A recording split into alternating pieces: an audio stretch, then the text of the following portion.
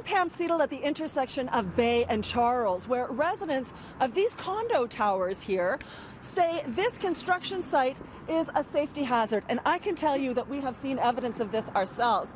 The cars fly along Charles Street here, and pedestrians often step right out into traffic to get around this backhoe. It's kind of chaotic and pretty scary. Now, the reason the residents are so fed up with this site is because it has been sitting idle for 2 full months. Work stopped right after the hole was dug. And the reason for the delay, this little honey locust tree. They started construction. The construction project was supposed to take 6 weeks. Within a period of 1 week, they stopped the construction because there was a small tree that the city would not let them take down. We think. For the last 2 months, nothing has happened. I keep threatening that I'm going to go to Canadian Tire and I'm going to buy a buzzsaw and it'll be done. Paulina Savia and her husband John Bond are two of a group of residents who have been complaining about the situation and the large backhoe that's been sitting at the corner blocking a lane of traffic. They say they have tried to contact the construction company, which was contracted by Bell to replace underground cables, but they haven't received any answers. They say this is a very busy intersection and there's reduced visibility because of the fencing and equipment, which is a safety hazard. It's more than frustrating, it's dangerous. Pedestrians are crossing.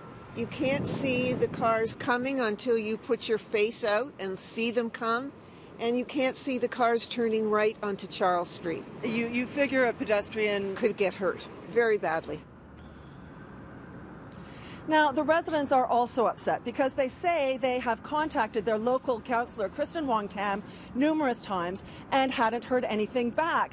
Now, while it's true that Wong-Tam only heard about this issue for the first time today, her staff have, in fact, been dealing with residents and trying to make this area safe.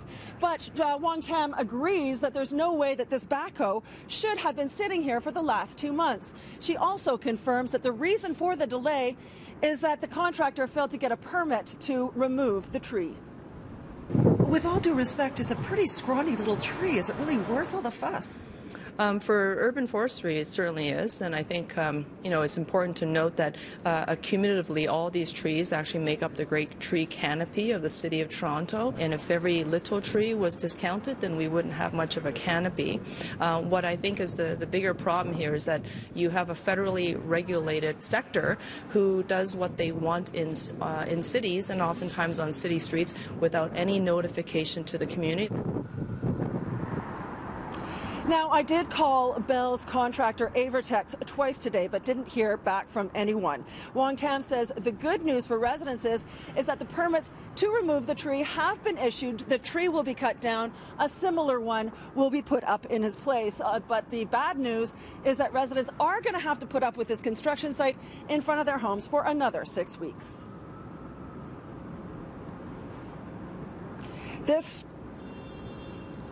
This story was brought to us by a viewer just like you. If you have news in the making, here are all the ways you can contact us.